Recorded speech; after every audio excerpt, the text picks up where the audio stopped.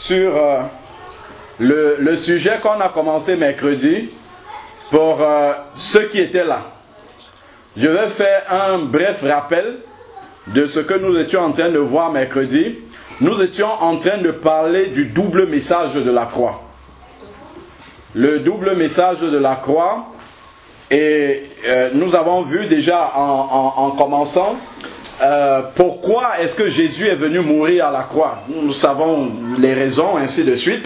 Mais il est important dans notre vie spirituelle de revenir toujours à la base, de revenir à la croix, parce que c'est le point de départ de toute chose. On a dit que, effectivement, à cause du péché qu'il y a eu en Éden, il fallait que, justement, que Dieu, selon sa justice, parce qu'il avait prononcé une parole à Adam, il a dit: le jour où tu mangeras du fruit de là, tu mourras. Donc Dieu est intègre avec sa parole, et donc il ne peut pas changer sa parole en cours de route. Et comme le malin connaît aussi la parole de Dieu, s'il vient rappeler à Dieu: mais qu'est-ce que tu avais dit à Adam là? Pourquoi maintenant tu les sauves sans accomplir la punition que tu avais dit? Ça, et Dieu est parfaitement juste, donc il a trouvé la solution juste en faisant tomber le châtiment sur Jésus, comme nous dit Ésaïe 53. Donc ça, on a compris pourquoi Jésus est venu, et on a compris également que l'œuvre que Jésus a accomplie à la croix entraîne pour nous qui sommes au bénéfice justement de l'œuvre de la croix, c'est-à-dire nous qui avons accepté Jésus comme Seigneur et Sauveur, il y a des implications dans notre vie. C'est-à-dire que nous avons hérité de quelque chose, et je crois que on avait lu dans Romains 8, si je ne me trompe, au verset 17. Romains 8, verset 17.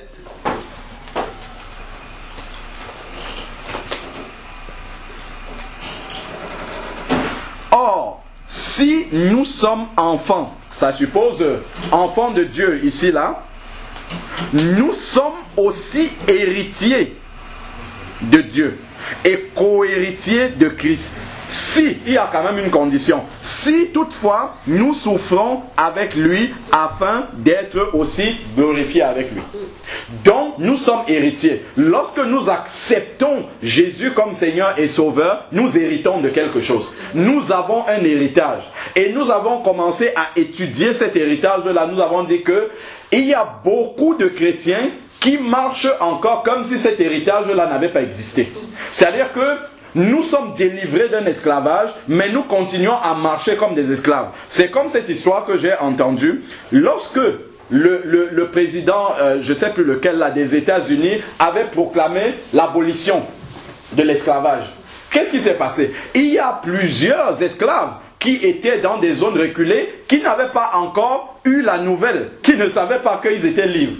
Donc ils ont continué à servir leur maître, ils ont continué à se comporter comme des esclaves, alors que la proclamation de l'abolition de l'esclavage avait déjà eu lieu. Et il en est de même pour plusieurs chrétiens. C'est-à-dire qu'il y a beaucoup de choses qui sont contenues dans l'héritage de la croix, mais nous continuons à marcher comme si nous ne savions pas que cet héritage-là existe. J'avais donné, on avait parlé de beaucoup de choses, et j'avais donné l'exemple d'une sœur à qui je suis allé rendre visite, et la sœur me dit: je sors d'un jeûne de 3 jours. C'est quoi le sujet de ton jeûne? Ah, j'ai des céphalées, des maux de tête. Donc, j'ai jeûné 3 jours pour que le Seigneur m'accorde la guérison. Bon, je n'ai pas voulu commencer à décourager la sœur, parce que la parole de Dieu est claire là-dessus. C'est vrai, il faut jeûner pour certains sujets, mais la guérison, c'est écrit dans Ésaïe 53 que c'est par ces meurtrissures. Donc si tu rajoutes même 1000 jours de jeûne au-dessus, ça sera toujours par les meurtrissures. Ça ne va jamais changer. Ça sera seulement par les meurtrissures. Qu'est-ce que Dieu va faire? Lorsque tu vas te mettre à jeûner, Dieu va juste te rappeler sa parole. Donc si tu avais cru avant, ça t'aurait épargné même des jours de jeûne. Donc voilà, c'est le fait de ne pas réaliser ce qu'il y a dans l'héritage. Le fait de ne pas avoir la foi dans cet héritage-là, parce que c'est par la foi qu'on prend cet héritage-là. Et on avait lu aussi dans Éphésiens 1 au verset 3, on avait dit, nous sommes bénis de toutes sortes de bénédictions, mais spirituelles en Christ. Parce qu'il y en a certains qui utilisent aussi cet héritage-là de la mauvaise façon pour nous faire croire que maintenant, nous sommes des petits dieux et que nous sommes des enfants d'Abraham, nous sommes appelés à être rois sur la terre, ainsi de suite. Ce n'est pas du tout l'évangile de prospérité que nous sommes en train de dire. Nous parlons des bénédictions spirituelles qui découlent découle automatiquement de la croix. Nous avions pris aussi dans Colossiens 2, là, versets 14 à 15, qui est très important, qui dit qu'à la croix, il a dépouillé toutes les puissances, toutes les autorités. Et ça devient une réalité dans la vie de celui qui croit. Amen. Celui qui croit est au bénéfice de cette victoire-là. Voilà pourquoi quand Satan va commencer à s'agiter, ce que tu as fait, ce n'est pas de trembler, c'est de réaliser l'héritage que tu as eu. Amen. Il n'y a plus de condamnation pour ceux qui sont en Christ. Romains 8 au verset 1, qui marchent non selon la chair, mais selon l'esprit. C'est de confesser cet héritage-là que Jésus a acquis, ce n'est pas par tes propres forces. C'est ça. Donc souvent, quand on voit des enfants de Dieu qui ont encore des difficultés avec toutes ces manifestations de l'ennemi, on va dire, dans notre vie, c'est simplement parce que nous avons détourné les yeux de cet héritage-là, détourné les yeux de Jésus, détourné les yeux de la croix et commencé à chercher le secours ailleurs. Donc, c'est pour ça que nous devons rester devant le Seigneur pour lui demander de nous révéler jour après jour l'immensité de l'œuvre de la croix. Et ça va naturellement entraîner beaucoup de choses dans notre vie. Je vais juste nous donner quelques versets. Si certains peuvent noter, c'est bien. Parce que non seulement ça peut nous aider, mais ça peut nous permettre d'être aussi, d'aider d'autres personnes, d'être en bénédiction à d'autres personnes qui n'ont pas encore compris ces choses-là. Donc, dans le livre de l'épître aux Éphésiens, il y a vraiment énormément de caractéristiques du contenu de l'héritage que nous avons. Mais ce qui est important, c'est que cet héritage-là, et mercredi dernier, quand chacun de nous témoignait, on disait qu'avant nous ne connaissions pas Christ, tout ça, nous étions dans la mort, et maintenant avec Christ, nous avons la vie. Et c'est en regardant cet héritage-là que nous réalisons qu'effectivement, en dehors de Christ, il n'y a que la mort.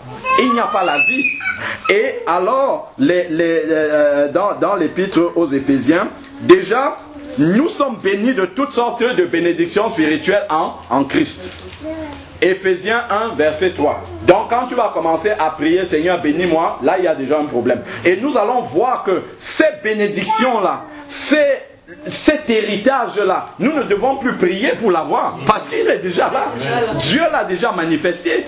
C'est pour ça que Paul priait, on avait lu ça aussi la dernière fois, c'est dans Éphésiens 1, à partir du verset 17 et suivant là, Paul priait pour que les yeux des Éphésiens s'ouvrent, s'illuminent les yeux de leur cœur pour qu'ils réalisent l'héritage qu'ils ont en Christ et qu'ils marchent dans cet héritage-là. Vous savez, vous pouvez avoir un héritage que votre oncle vous a laissé une belle maison quelque part, mais vous-même vous habitez dans un taudis parce que vous ne savez pas que cet héritage-là vous a été laissé. Donc, deux choses, soit on ignore, ou alors on n'est pas en Christ. C'est ça, ce sont les deux possibilités. Soit on ignore cet héritage-là, et Paul priait pour que les Éphésiens n'ignorent pas cet héritage, et deux, c'est que nous ne sommes pas en Christ. Et tout cet héritage-là, c'est en Christ. C'est ça le mot clé dans la Bible. En Christ, vous êtes ceci, en Christ, il y a ceci, et ainsi de suite. Donc, en dehors de Christ, il n'y a rien. Bon, alors, Éphésiens 1, verset 3. Toutes sortes de bénédictions spirituelles en Christ. Donc, certains se plaignent encore quand ils voient les événements qui arrivent dans leur vie. Est-ce que Dieu m'aime vraiment? Oui, si, nous sommes aimés. C'est Éphésiens 1, de 4 à 6. Dieu nous aime. Éphésiens 1, 4 à 6, il est dit, en lui, Dieu nous a élus avant la fondation du monde pour que nous soyons comment? Saints. La sanctification, il nous a élus pour la sainteté. Ça, notons-le déjà. Et sans défaut devant lui. C'est pour cela qu'il nous a élus dans son amour. Donc Dieu nous aime.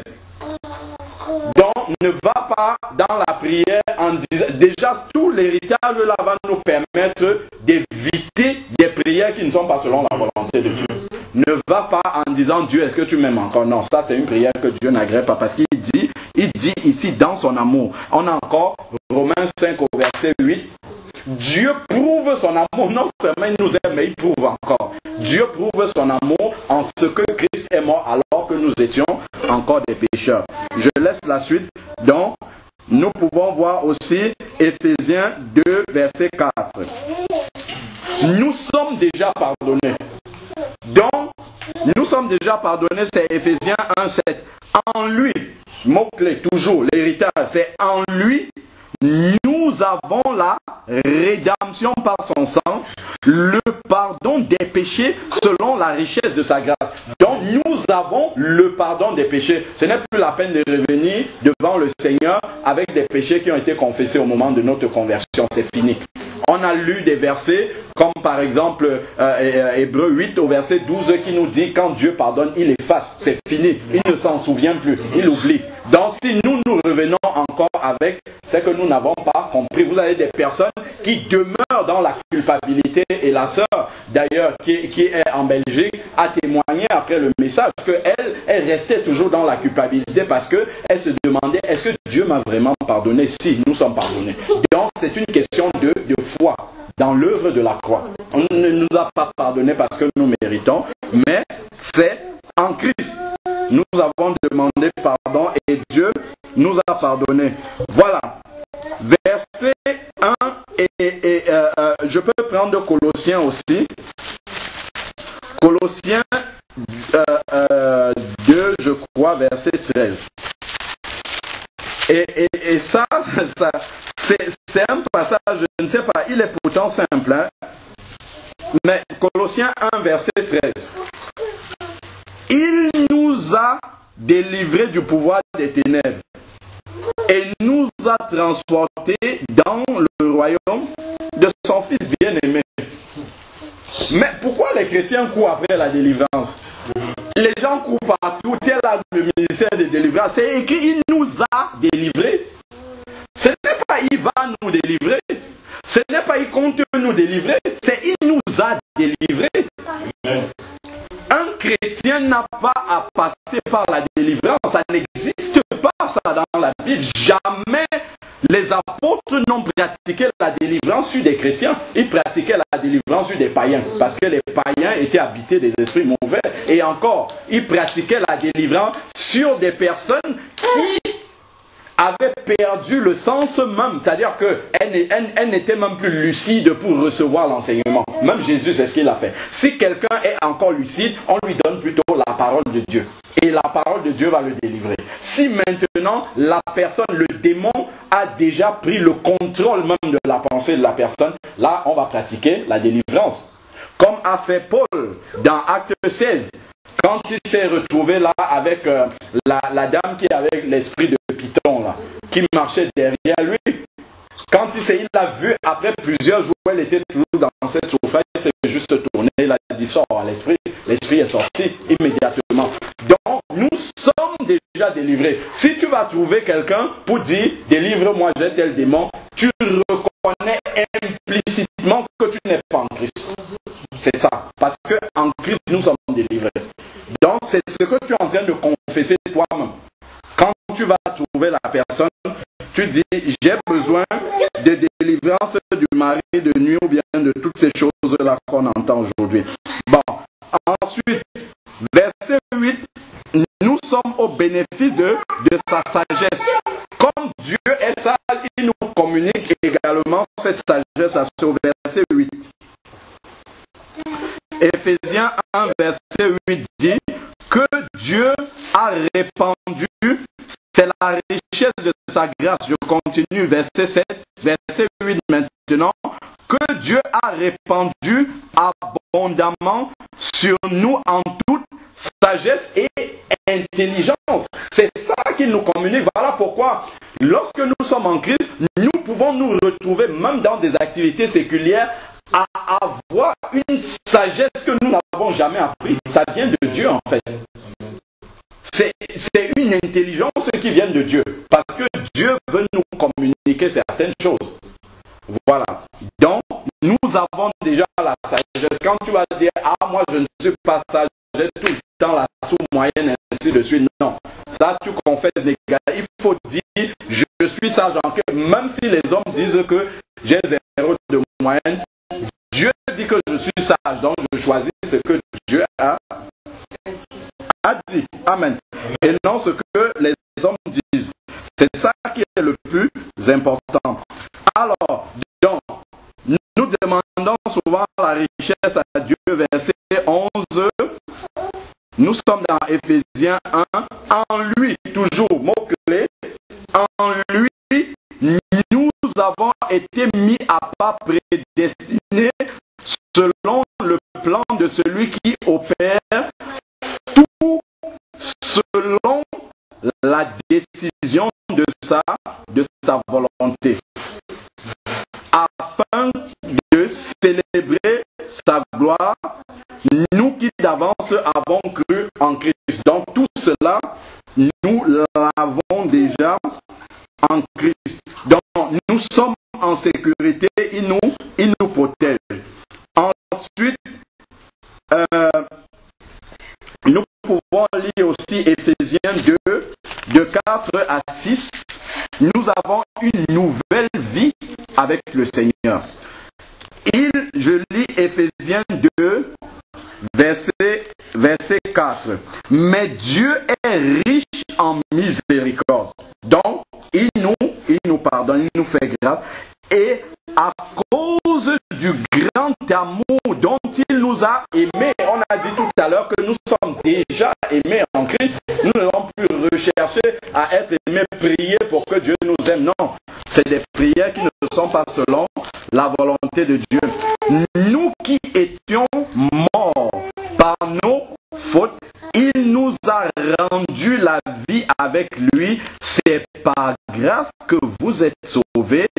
Il nous a ressuscités ensemble avec lui. Donc nous sommes des nouvelles créatures. Comme dit 2 Corinthiens 5 au verset 17. Si nous sommes en Christ, nous sommes des nouvelles créatures. Donc nous sommes ressuscités à une vie nouvelle. Que nous dit Ecclésiaste 9 au verset 5 et suivant?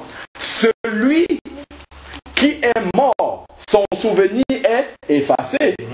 Tout le souvenir de sa vie, tout ce qu'il a été, s'est effacé et il n'aura plus jamais part à l'œuvre qui se fait sous le soleil. Ça veut dire que moi qui étais avant ma nouvelle naissance, je suis mort. Donc si quelqu'un continue à parler de ma vie d'avant, je lui dis celui dont tu parles est mort et il est enterré. Donc tu parles de quelqu'un qui est déjà enseveli. Donc voilà pourquoi nous ne devons pas laisser le malin continuer à nous condamner sur notre passé. Donc nous sommes une nouvelle créature, la créature qui a été créée selon Adam, là, qui était pécheresse, elle est morte. Surtout au moment où nous sommes entrés dans les eaux du baptême, nous avons été enterré dans les eaux du baptême et celui-là il est resté là-bas et maintenant c'est une question qui est réglée. Nous sommes ressuscités avec lui et il nous a fait asseoir. C'est la suite du verset du verset 6. Il nous a fait asseoir avec lui dans les lieux célestes en Christ. J'aime souvent revenir sur le verset 1 pour que nous voyions où est-ce que les lieux célestes sont situés. Regardez la page d'à côté. Verset 20. Éphésiens 1, verset 20. On a compris que nous sommes assis avec Christ dans les lieux célestes en Christ. Regardons Éphésiens 1, verset 20. Il l'a mise en action dans le Christ en le ressuscitant d'entre les morts et en le faisant asseoir à sa droite dans les lieux célestes. Maintenant, les lieux célestes sont hauts. Verset 21. Au-dessus de toutes les principautés, de toutes les autorités, de toutes les puissances, des souverainetés, au-dessus de tout nom qui peut se nommer, non seulement dans le siècle présent, mais encore dans le siècle à venir. Amen. Là où nous sommes assis, nous sommes au-dessus des autorités. Ils ne peuvent pas venir nous trouver où nous sommes là-bas. Nous n'avons même pas besoin, même pour envoyer le feu, il faut que nous regardons en bas pour envoyer le feu. Parce qu'ils ne peuvent pas arriver là où nous sommes. Ils ne peuvent pas nous toucher. Il n'y a rien de plus, comment dire, pour pouvoir vivre dans une pleine assurance de cette œuvre de la croix là. L'exemple de, comment on appelle cet évangéliste-là? Cet évangéliste-là, Müller, je pense, qui était en train de dormir et qui, à un moment, il entend un bruit dans sa chambre. quand il se lève, il voit que c'est le diable qui est manifesté là, et puis il se recouche, il dit, ce n'est que toi, il continue à dormir. Le diable est parti en courant. Pourquoi? Parce qu'il se rend compte que celui qui est là, il sait qui il est en Christ. Il sait que s'il prononce une parole, là, il y a quelque chose qui va se passer. Et une fois, je partageais avec Marien, et on a eu à peu près les mêmes expériences. C'est-à-dire, dans le sommeil, on a été attaqué. Lui aussi, il a été attaqué dans le sommeil. Et juste dans le sommeil, j'ai dit, Jésus, hop, terminé. Il n'y a plus rien. Tout ce qui avait disparu en un instant à cause du nom de Jésus. Juste le nom de Jésus qui a été prononcé comme ça dans mon sommeil. Il n'y a plus rien. Pourquoi? Parce que tu sais qu'est-ce qu'il y a dans le nom de Jésus. Quand tu prononces ce nom-là, ce n'est pas le nom de Jésus qui sort de n'importe quelle bouche. Ça vient d'une bouche qui vit selon Jésus. Parce que si nous lisons là les enfants de Séva qui sont allés dire, nous te chassons au nom de Jésus que Paul prêche. Les démons ont commencé à parler. Je connais Paul, je connais Jésus et toi tu écris. Et on sait tout ce qui s'est passé. Donc attention de ne pas vivre dans le péché et venir prononcer le nom de Jésus. De là, nous risquons d'être sévèrement menacés par la puissance démoniaque. Donc il faut faire attention, il faut savoir ce qu'on laisse sortir de notre bouche. Mais le Seigneur nous a donné cette autorité-là. Dans Luc 10 au verset 19, je vous ai donné l'autorité sur la puissance de l'ennemi, ainsi de suite. Donc, lorsque nous marchons avec le Seigneur, nous ne devons pas craindre de manifester cette autorité-là. Donc, nous sommes l'objet de sa grâce. Ça, on a vu, c'est dans le verset 2 au verset 7. Donc, priez encore pour demander, Dieu, accorde-moi ta grâce. Ça, c'est une perte de temps, ça. Verset 7. Afin de montrer, Éphésiens 2, verset 7, afin de montrer dans les siècles à venir la richesse surabondante de sa grâce par sa bonté. Donc nous sommes déjà au bénéfice de cette grâce-là. Donc c'est plus la peine de prier pour demander cela au Seigneur, parce que nous sommes déjà dans sa grâce. Et en plus, nous sommes le chef-d'œuvre de Dieu, verset 8.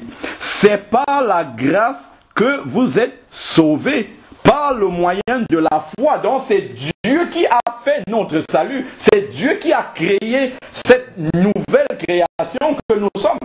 Donc quelqu'un qui vient justement taxer cette nouvelle création, invectiver cette nouvelle création, là il s'adresse à Dieu directement. Donc nous devons faire attention à cela. Alors continuons maintenant. Tout cela c'est dans l'héritage.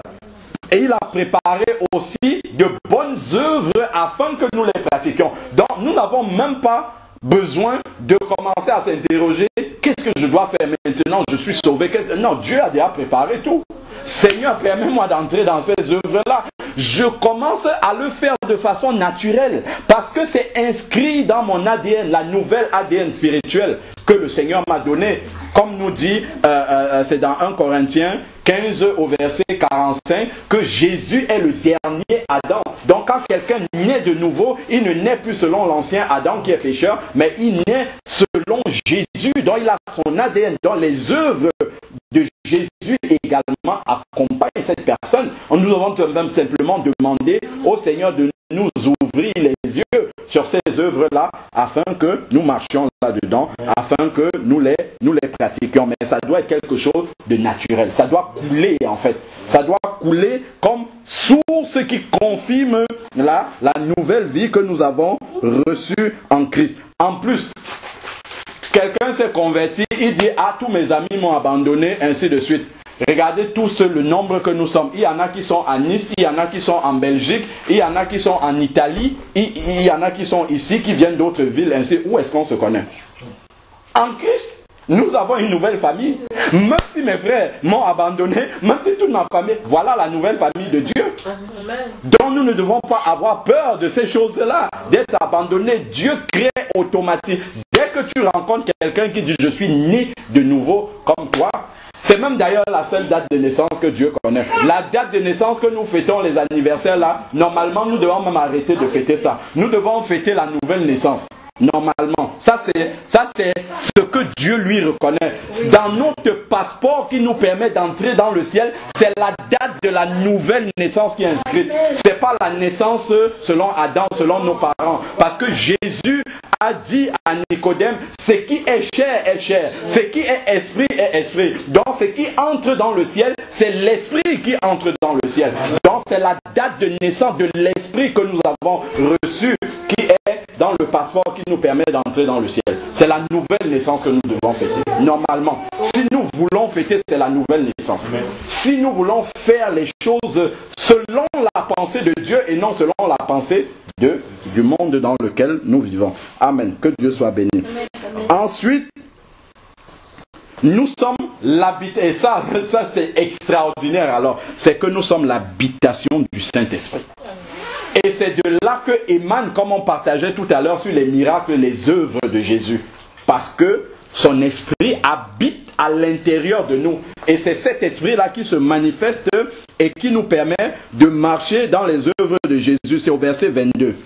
Éphésiens 2, verset 22. En lui, vous aussi, vous êtes édifiés ensemble pour être l'habitation de Dieu en esprit. Le Dieu vivant même habite à l'intérieur de nous. Ça veut dire que partout où je vais, j'amène Dieu avec moi. Est-ce que nous nous rendons compte? Qu'est-ce que ça signifie? Quelle responsabilité? C'est bien la puissance, mais c'est aussi une grande responsabilité de savoir que même si j'entre dans mes toilettes, là je ferme, j'éteins Dieu avec moi là-bas, parce que je l'amène partout où je vais. Si je vais là où Dieu ne peut pas aller, je l'amène quand même là-bas. Si je vais dans un lieu où Jésus ne peut jamais se retrouver, j'ai amené Jésus dans un lieu. Si je suis en train de sauter le métro, c'est que je suis en train de faire en sorte que Jésus saute le métro avec moi. Attention, attention. Parce qu'il y a ce côté-là aussi que nous devons faire attention. Quand nous sommes en train de laisser sortir des choses qui ne sont pas de... C'est Jésus qui est en train de parler au travers de nous. Donc ça nous amène vraiment à cette responsabilité-là. Bon, nous avons un avocat aussi devant le Père. Ça c'est important. 1 Jean 2, verset 1. C'est à côté d'Apocalypse. C'est important de réaliser tout le contenu de cet héritage-là, afin que nous ne perdions pas notre temps à demander des choses au Seigneur qu'il nous a déjà donné. Tout ce qu'il va dire, mais regarde dans la parole, je t'ai déjà donné ça, ne reviens plus avec. Alors, 1 Jean 2, verset 1. Mes petits enfants, je vous écris ceci afin que vous ne péchiez pas, et si quelqu'un a péché, nous avons un avocat auprès du Père, Jésus-Christ le juste. Ce verset-ci est très important. Je ne sais pas si vous lisez comme moi, l'introduction est encore plus importante que la suite. Vous voyez ça? Il dit, mes petits enfants, je vous écris ceci afin que vous ne péchiez pas, et si quelqu'un a péché, nous avons un avocat. Parce que quelqu'un peut lire la suite du verset, c'est qui vient après le point. Il dit, nous avons un avocat. Alors, si j'ai quelqu'un pour me défendre, je peux commettre toutes sortes d'incivilités, puisque j'ai un avocat qui va venir me défendre au parquet. Mais il a commencé par dire, je vous écris que vous avez un avocat afin que vous ne péchiez pas. Est-ce que vous voyez ça? J'ai un avocat, mais l'avocat est là, mais je ne vais pas faire en sorte que l'avocat soit obligé de plaider pour moi.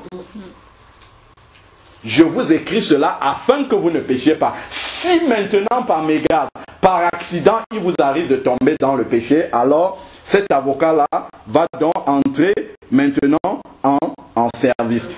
Nous sommes, et ça nous avons parlé de ça aussi, nous sommes à cause du Saint-Esprit qui habite en nous, au bénéfice justement de la puissance de Dieu selon Marc 16, verset 17. Voici les miracles qui accompagneront ceux qui auront cru. En son nom, ils chasseront des démons, ainsi de suite. Donc tout cela fait partie de l'héritage. Donc déjà, quand je vais voir quelqu'un, je lui dis, chasse un démon qui habite en moi.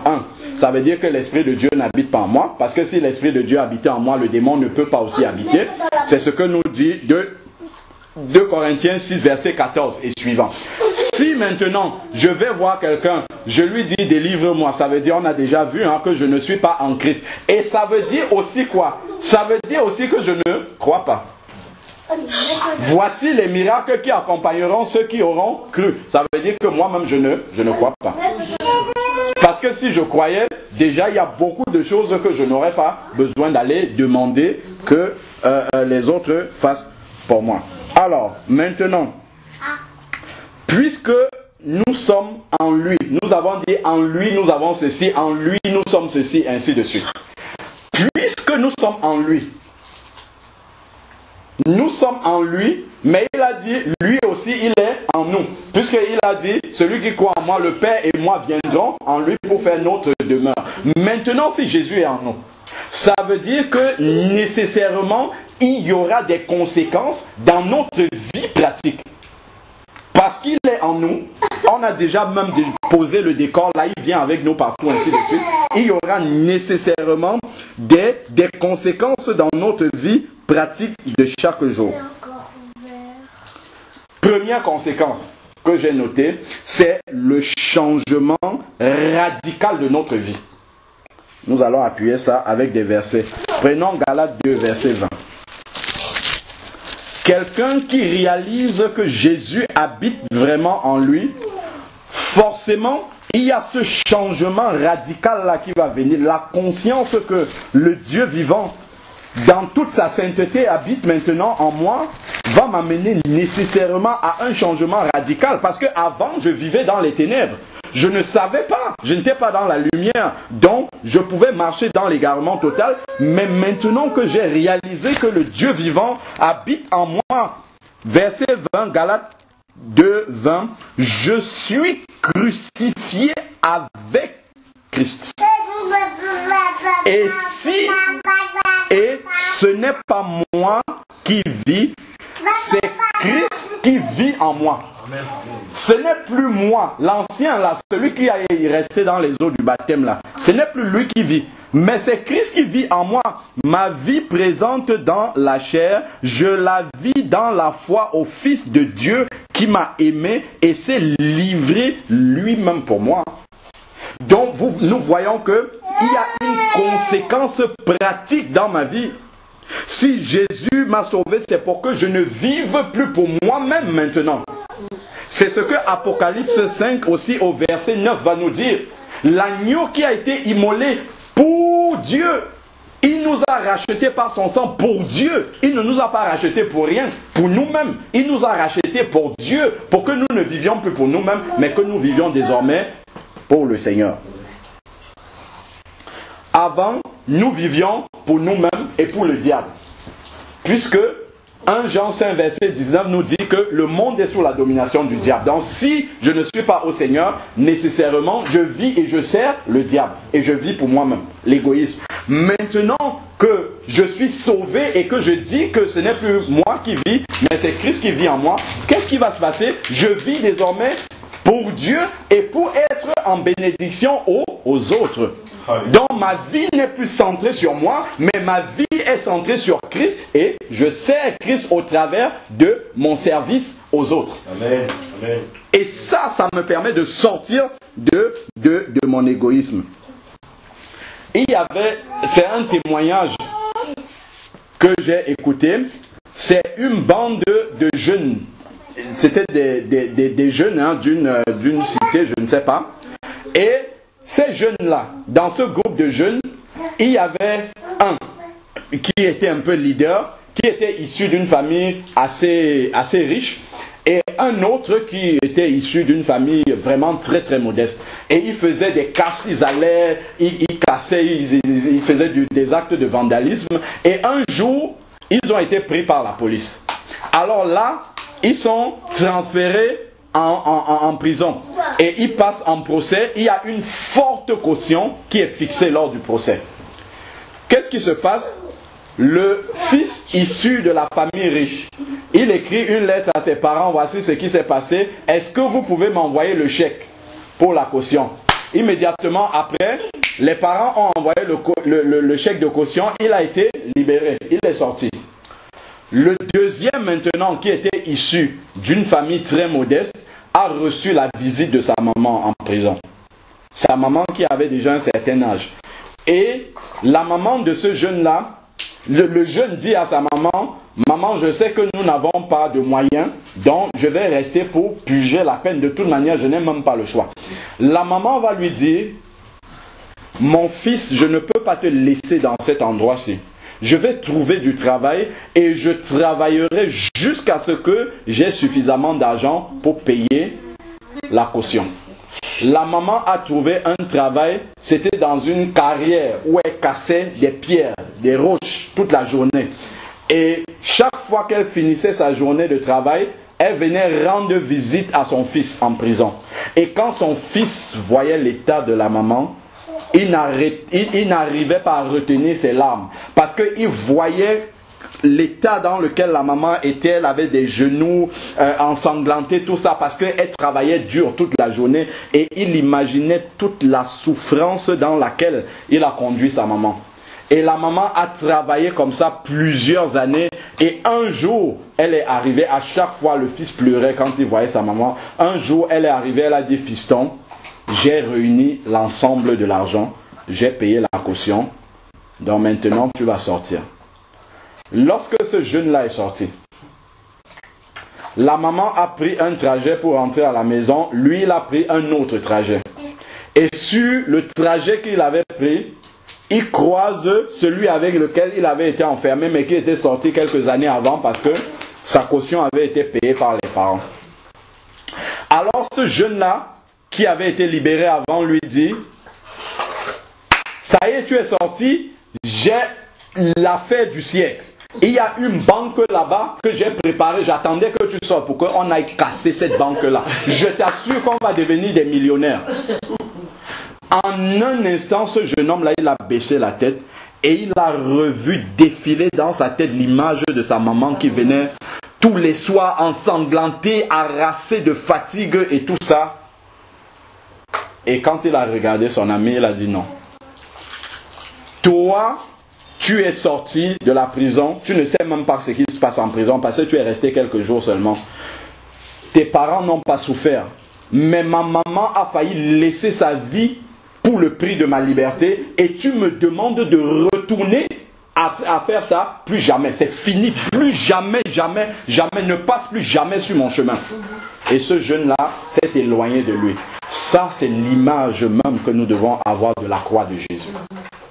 Pour nous, lorsque nous recevons le salut en Jésus, ça ne nous coûte rien, ça nous coûte juste une acceptation. Mais ça a coûté ce qu'il y a de plus cher à Dieu, de donner son Fils à la croix pour nous. Et Jésus a souffert pour les péchés, pour nos péchés, pour notre vaine manière de vivre. Donc quand nous continuons à marcher volontairement comme cela dans le péché, cela signifie que nous sommes comme ce jeune garçon-là, issu de la famille bourgeoise, qui ne comprend pas la souffrance qu'il y a pour obtenir sa liberté.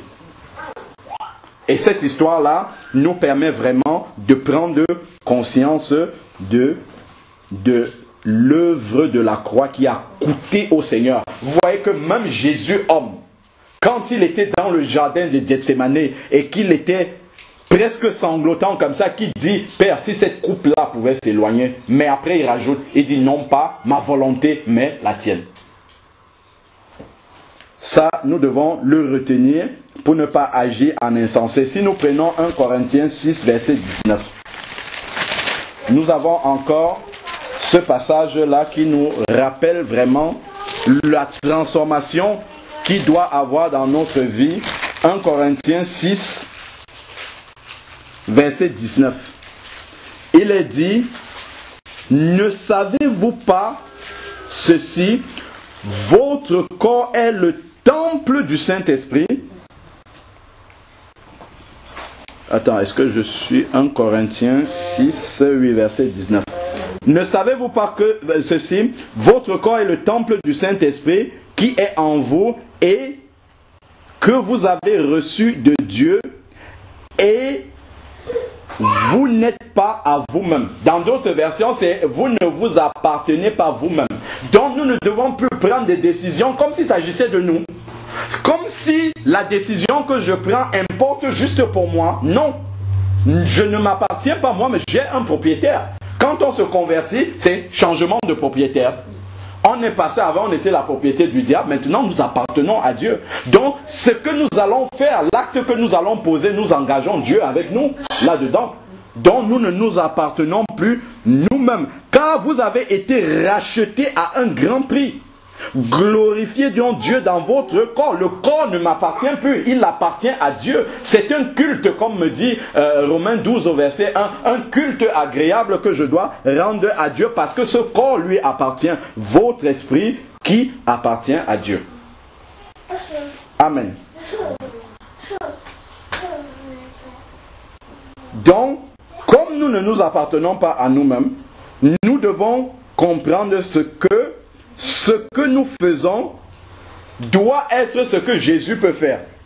Les endroits que nous fréquentons doivent être des endroits que Jésus peut fréquenter. Les musiques que nous écoutons doivent être des musiques où nous pouvons nous asseoir avec Jésus. Nous disons, Jésus, écoute ça avec moi. Ce que je regarde à la télé, ce que mes yeux voient, je dois pouvoir dire, Jésus, regarde ce que je vois là. Regardons ça ensemble. Si déjà nous avons quelques petites tensions à l'intérieur de nous par rapport à ce que nos yeux voient, ce que nos oreilles entendent, les lieux où nous nous rendons, nous devons nous poser des questions. Est-ce que Jésus peut aller au cinéma avec moi? Le cinéma qui est tenu par les francs-maçons, nous ne connaissons pas ce qu'ils affichent là quand nous ne sommes pas là. Est-ce que nous allons aller nous asseoir dans ce lieu-là avec Jésus? Est-ce qu'il va venir avec nous là-bas? Les amis que nous fréquentons, qui sont des amis qui nous tirent peut-être vers le bas, qui nous éloignent de la grâce que nous avons reçue. Est-ce que Jésus peut avoir cette compagnie-là comme ami? C'est des questions que je dois me poser.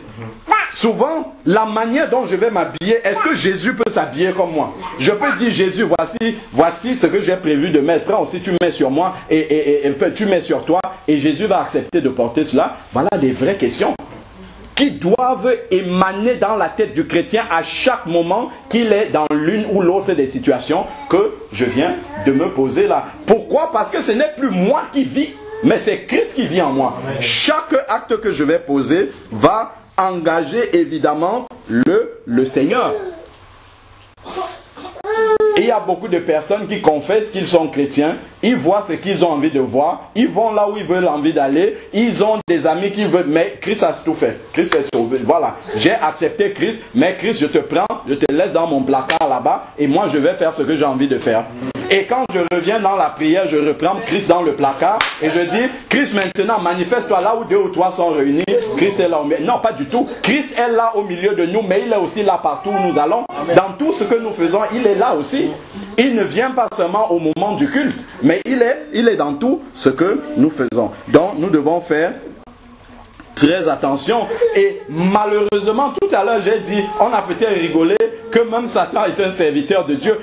Parfois Dieu est obligé, vous voyez, pour amener certaines personnes à l'obéissance, Dieu est obligé de laisser que se propagent certaines fausses visions de l'enfer. Parce que si certaines personnes n'entendent pas ces fausses visions de l'enfer, là, ils ne vont pas obéir à Dieu. Dieu laisse donc que ça se prolifère, alors que ça vient de Satan. Il laisse que ça se prolifère, au moins ça peut amener quelques-uns à l'obéissance. Par crainte. Est-ce que Dieu est obligé d'aller jusque-là? Normalement, non. Notre réponse naturelle à l'œuvre de la croix, c'est notre amour, c'est notre renoncement, c'est ce que nous devons faire naturellement, parce que Jésus, quand il est allé à la croix, personne ne l'a forcé. Donc nous devons le faire naturellement pour le Seigneur. L'œuvre de la croix doit avoir une conséquence pratique dans notre vie. À voir comment certains chrétiens vivent, c'est une contradiction totale par rapport à l'œuvre de la croix. On a à se demander, mais est-ce que réellement le Saint-Esprit habite dans son cœur pour qu'il puisse avoir un tel type de comportement, pour qu'il puisse prononcer ce type de paroles-là? Est-ce que Dieu, le Saint-Esprit, habite vraiment dans ce corps-là? On se pose la question. Mais c'est une vraie tragédie. C'est une ignorance complète de l'œuvre de la croix. Parce que la croix, pour beaucoup, c'est bon marché.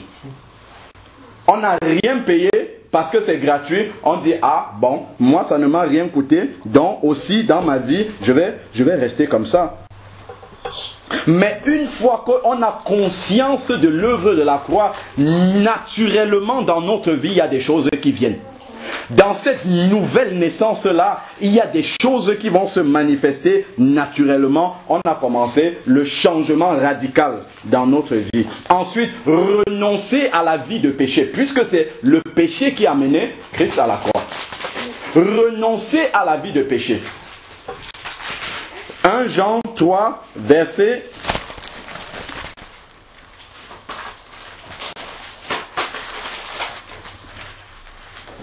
1 Jean 3, verset 9 à 10. On a l'habitude de lire ce verset-là. Puisque le péché est responsable justement de la crucifixion de Jésus à la croix, comment puis-je continuer à marcher volontairement dans le péché? C'est quand même une négation de la croix. Quiconque est né de Dieu ne commet pas le péché. C'est-à-dire ne pratique pas de manière volontaire le péché parce que la semence de Dieu demeure en lui et il ne peut pécher parce qu'il est né de Dieu. Parce que le Saint-Esprit habite en lui et que le Saint-Esprit est là pour témoigner de péché, comme dit Jean 16 au verset 8, pour convaincre de péché. Alors il ne peut pas pécher volontairement. S'il arrive qu'il tombe dans le péché, immédiatement il va demander pardon à Dieu. Et il y a le verset 10 qui est là. C'est par là la manifestation des enfants de Dieu et des enfants du diable. Donc les enfants de Dieu et les enfants de l'autre se manifestent par leur attitude vis-à-vis du péché. La réaction devant le péché manifeste si nous sommes un enfant de Dieu ou bien un enfant de l'autre. Galates 5, verset 24, va encore continuer à nous montrer justement cette transformation-là dans notre manière de penser. Ceux qui sont au Christ ont crucifié la chair et ses passions, les mauvais désirs. Tout cela, toutes les convoitises-là sont crucifiées en Christ. Toutes les choses que j'aimais avant de me convertir deviennent de la boue pour moi. Ça devient une abomination pour moi et désormais le Seigneur a de nouvelles choses qu'il met. Il a préparé, d'ailleurs, on a lu ça dans Éphésiens 2, il a préparé des œuvres nouvelles afin que je les pratique. Colossiens 3, verset 5, nous conduit toujours là-dedans. Colossiens 3, verset 5, faites donc mourir votre nature terrestre, l'inconduite, l'impureté, les passions, les mauvais désirs, la cupidité qui sont une idolâtrie. Donc il y a quelque chose à faire. C'est pas que ça va se faire naturellement. Dieu, par son esprit qui habite en nous, nous a donné la capacité de le faire. Mais maintenant, nous devons manifester la volonté de le faire. Il nous a dit de nous éloigner ainsi du péché. Maintenant, nous avons également, il y a un autre témoignage là que j'avais noté. Justement, parce qu'au travers des images, hein, nous réalisons vraiment comment nous pouvons agir. Parce que quand nous écoutons une histoire, nous nous disons comment celui-là a pu agir de façon insensée comme ça. Mais en réalité, c'est comme ça que nous agissons souvent. Il y avait des enfants qui jouaient sur un terrain, ils avaient l'habitude de jouer sur un terrain comme ça où il y avait des passants. Et il y a un monsieur infirme qui passait là tout le temps. Il passait et nous savons, les enfants sont souvent... Comme la Bible dit que la folie est attachée au cœur de l'enfant, quand il voit le monsieur infirme passer, oh tu es infirme, il insulte, il prend même des pieds, il lance sur lui. Et le monsieur passait toujours son chemin. Un jour, le leader de la bande d'enfants, il invectivait le monsieur comme ça. Après, quand le monsieur est passé, il est allé chez lui. Il est allé voir les parents de cet enfant-là. Et l'enfant, immédiatement, il a cru que le monsieur allait pour l'accuser. Et il est rentré en vitesse, il est rentré dans sa chambre, il a fermé. Alors, le papa l'appelle. Il sort de sa chambre ayant baissé la tête parce qu'il se disait que là, il devait recevoir une belle fessée de ses parents. Alors, à ce moment-là, les parents lui demandent, est-ce que tu connais ce monsieur-ci? Et le fils dit, oui, je le connais. Non, je ne sais pas s'il a dit oui, je le connais ou je ne le connais pas. Bref. Les parents lui disent, ce monsieur-ci que tu vois, il marche dans un fauteuil roulant. En fait, quand tu étais plus jeune, il y a une usine là-bas, pas loin dans le quartier, qui déversait des produits polluants dans un étang là, qui passe devant.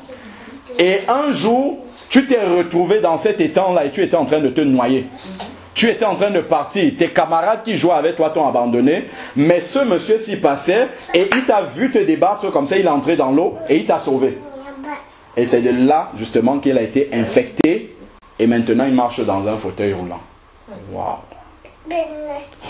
Ce jeune-là, il a baissé la tête et il a demandé au monsieur, est-ce que vous me pardonnez?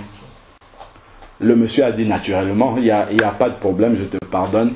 Et dès cet instant-là, sa mentalité a changé, ce que la Bible appelle le métanoïa, le changement de mentalité vis-à-vis de cette personne-là. Il a dit, ah, j'ai compris. Il a vu déjà ses amis qui insultaient le monsieur, plus jamais, ne faites plus ça, ainsi de suite. Il a maintenant cherché à établir une relation personnelle avec ce monsieur-là et à chercher à savoir qui était ce monsieur qui a donné sa vie, qui a risqué sa vie pour le sauver. Et ça nous montre encore justement l'œuvre de la croix, parce que quand on dit Jésus est mort à la croix, oui, c'était Dieu manifesté en chair, tout ça, bon, ça ne lui a rien coûté, mais quand on ramène ça à des exemples humains, entre humains là, on voit véritablement, ça prend tout son sens, tout son poids. On comprend véritablement que notre façon d'agir est souvent une façon vraiment complètement désinvolte. Il y avait encore ce chrétien, toujours dans l'œuvre de la croix, et de montrer comment parfois on méprise l'œuvre de la croix par notre façon de vivre au quotidien. On ne réalise pas que c'est nous qui devions être accrochés là-bas, à la place du Seigneur, et de recevoir les clous. Il y a un chrétien qui a eu une vision. Dans la vision, il voyait Jésus sur la croix, et il voyait quelqu'un qui était de dos. Et la personne était en train de taper les clous comme ça, dans le corps, les mains de Jésus. Il tapait les clous, il tapait sur les pieds. Et il était indigné, il s'est énervé dans son rêve, dans sa vision. Il dit, mais qui est celui-là qui ose faire ça au Seigneur? Et il commence à s'avancer, la personne était de dos. Plus il s'avançait, plus la personne tapait avec force et tout. Et quand il s'est approché de la personne s'est retournée. Et vous savez qui c'était? Le prophète Nathan, qu'est-ce qu'il a dit à David? C'est toi cet homme-là. Il a vu le visage de cette personne, il a vu que c'était lui. Il a vu que c'est lui qui était en train de taper sur les mains de Jésus comme ça. Ça lui a rappelé sa vie. Il a commencé à revoir sa vie depuis que je suis converti. Voilà comment je continue à marcher. Et voilà la signification. Ça signifie que je continue à clouer Jésus sur la croix, alors que je sais que c'est moi qui devais être sur la croix là-bas. Est-ce que si véritablement c'était moi qui étais sur la croix, j'aurais pris des clous et me taper avec? Question. Et ça nous ramène à cette réalité-là. Regardons maintenant Matthieu 16. Ça, c'est vraiment la clé, la substance même de la croix est dans Matthieu 16, verset 24. Matthieu chapitre 16, verset 24. Il est dit,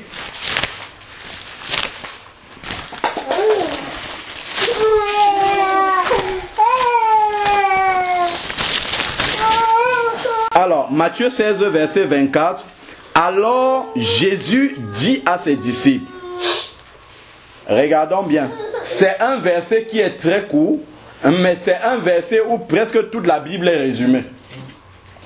Dans ce verset-là, il y a presque toute la Bible. Jésus dit, si quelqu'un veut venir après moi, dans d'autres versions, c'est veut me suivre, qu'il renonce à lui-même, qu'il se charge de sa croix et qu'il me suive. Dans le texte grec d'origine, c'est qu'il se charge de sa croix chaque jour et qu'il me suive. Voilà ce que Jésus dit. Je suis allé dans le dictionnaire quand j'ai vu ça. Parce que l'autre implication que j'ai notée ici, c'est renoncer à soi-même. Le fait de savoir que Jésus est mort à la croix pour moi que Jésus vit en moi, que je suis au bénéfice de sa grâce, je dois renoncer à moi-même. Et maintenant, je suis allé regarder dans le dictionnaire le verbe renoncer. Qu'est-ce que ça veut dire? Il y a beaucoup de pensées qui sont contenues là-dedans. Et seulement à la lecture de la définition de renoncer, nous allons comprendre. Il y a tout un message juste dans le mot renoncer, à qu'il renonce à lui-même. Dans renoncer, j'ai noté prendre la décision d'abandonner quelque chose. C'est ça renoncer. Prendre la décision d'abandonner quelque chose, décider de s'en passer. La chose est là, mais je prends la décision de me passer de cette chose-là. Ensuite, c'est cesser de penser à quelque chose. Ça aussi, c'est dans le renoncement. Je peux dire j'ai abandonné quelque chose, mais ma pensée est toujours focalisée sur cette chose-là. Je convoite toujours cette chose-là dans mon cœur. Ça, je n'ai pas renoncé. C'est ne plus concevoir la chose. Ça, c'est le renoncement. Je ne conçois même plus que je sois en train de faire cette chose-là. Ensuite, c'est se priver de quelque chose. Quand on se prive, ça veut dire quoi? Ça veut dire qu'il y a une contrainte que je vais m'infliger, en fait. C'est ça, se priver. Il y a une contrainte, il y a une discipline que je vais m'infliger à moi-même. Ça, c'est dans le renoncement. Ensuite, c'est cesser de prétendre à quelque chose. Voilà aussi le renoncement. Il y a quelque chose à laquelle j'ai droit et je vais renoncer, je vais arrêter, je vais cesser de prétendre à cette chose-là. Ensuite, c'est abandonner, Raphaël, là tu avances, l'idée de faire quelque chose. Nous sommes dans le renoncement. Abandonner l'idée de quelque chose. Abandonner volontairement ce qu'on a déjà. J'avais déjà quelque chose, je décide de renoncer à cette chose. Donc, j'abandonne volontairement cette chose-là. Je suis dans le renoncement. Ensuite, c'est quitter la chose. Se dépouiller de cette chose-là, s'en séparer. Cesser de pratiquer quelque chose. Nous sommes toujours dans le renoncement. Cesser d'être attaché à quelque chose. Voilà toute la substance même du renoncement. Dans toutes les définitions là que nous avons lues, il y a quelque chose qui retient mon attention. Il y a la notion de décision. Je prends la décision de. Première chose. Donc j'ai quelque chose à faire.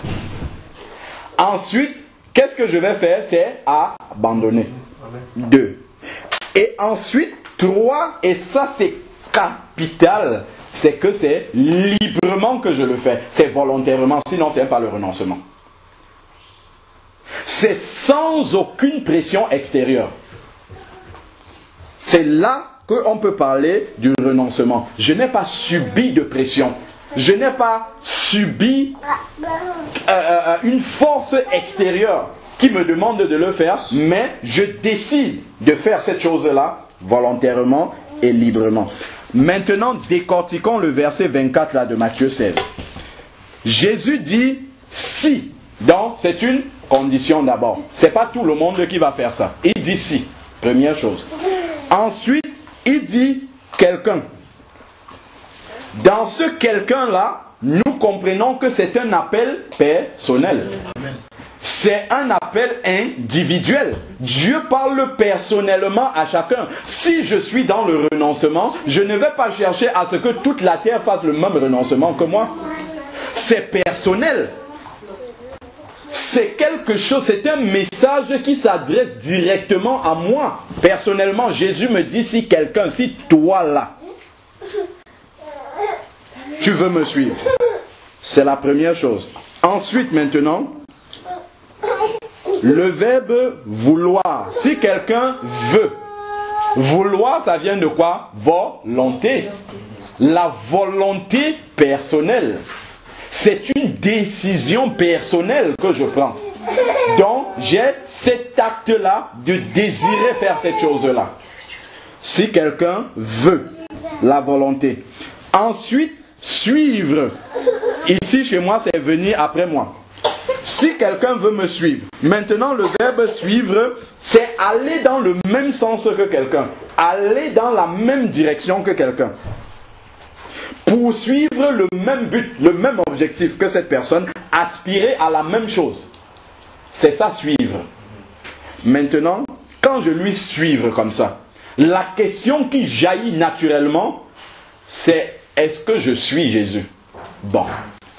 Je vais maintenant prendre les explications que j'ai là. Est-ce que je suis Jésus, ça veut dire quoi? Est-ce que ma vie va dans le même sens que Jésus? Est-ce que ma vie sait les objectifs de Jésus? Est-ce que ma vie a le même but que Jésus? Bon, ça, ce sont des questions que je me pose. Maintenant, je dois retourner dans la parole de Dieu pour me poser la bonne question. Bon, le but de Jésus, c'est quoi? La vie de Jésus, à quoi est-ce qu'elle a servi? Matthieu 19, verset 10. Le Fils de l'homme est venu chercher et sauver ceux qui étaient perdus. Est-ce que le but de ma vie, c'est de chercher et de sauver ceux qui sont perdus? Question. Si l'objectif de ma vie n'est pas dans ce sens, ça veut dire que je ne suis pas en train de suivre Jésus. Je ne suis pas en train d'aller dans le même sens que Jésus. Si le but de ma vie n'est pas d'apporter le salut, la vérité, la connaissance, la parole de Dieu à ceux qui sont perdus, je ne suis pas dans ce sens. Même si je suis une femme. Le Seigneur permet quand même que je puisse témoigner, apporter mon témoignage aux gens qui vont se tourner vers Dieu ou aider ceux qui sont déjà convertis à progresser. Ça, c'était le but de la vie de Jésus. Sinon, nous n'allons pas dans le même sens. Nous ne sommes pas en train de suivre Jésus. D'ailleurs, les disciples, c'est quoi disciple? C'est quelqu'un qui suit un maître. Et les disciples suivaient Jésus. Qu'est-ce qu'ils ont commencé par faire? Ils étaient pécheurs, non? Qu'est-ce qu'ils ont fait? Ils ont abandonné leur travail. Donc, ils ont renoncé à leur travail. Volontairement, ils ont abandonné ce travail-là et ils se sont mis à la disposition du maître pour faire la même chose que lui et aller dans le même sens que lui, avoir les mêmes objectifs que Jésus. Et même quand Jésus est retourné au ciel, qu'est-ce qu'ils ont continué à faire? Ils ne sont pas retournés à la pêche. Après la chambre haute, hop, directement dans le ministère pour commencer à conduire les âmes à Jésus. Deuxième passage maintenant, c'est dans Jean 4 au verset 34 où Jésus va dire « Ma nourriture est de faire la volonté de mon Père ». Jean 4 verset 34, je vais peut-être le lire littéralement, c'est quand les disciples sont revenus, le trouver avec la Samaritaine. David, est-ce que tu peux allumer derrière toi, s'il te plaît? Jean 4, verset 34. Jésus leur dit, ma nourriture est de faire la volonté de celui qui m'a envoyé et d'accomplir son œuvre. On a parlé des miracles tout à l'heure. Et d'accomplir son œuvre. Faire sa volonté, sauver les âmes et manifester la puissance de Dieu pour délivrer les captifs. Amen. Amen. Est-ce que c'est ça le but de ma vie? Si l'objectif de ma vie c'est d'avoir une belle femme, d'avoir une belle voiture et je suis à côté, je ne suis pas en train de suivre Jésus. C'est pas le fait d'avoir ça qui est un problème. C'est le fait que le sens que je donne à ma vie, c'est d'avoir ces choses-là. C'est ça qui est un problème.